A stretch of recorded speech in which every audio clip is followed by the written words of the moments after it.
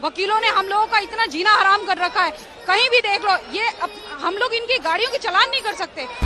बोलने दे, तकलीफ हुआ है बेचारे। इनकी गाड़ियों में स्टिकर होते हैं, पिट पे क्रेन द्वारा उठा के लाई गई गाड़ियां इनको, ये आके हमें धमकाते हैं, कहते हैं आपने हमारा स्टिकर नहीं देखा, हमारी गाड़ी उठाने की हिम्मत कैसे करी आपने, इतना तक हमें सुनाया जाता है। और कहते हैं आपको पता नहीं है, हम 1 मिनट में इकट्ठे हो जाएंगे, आपकी वर्दी उतरवा देंगे।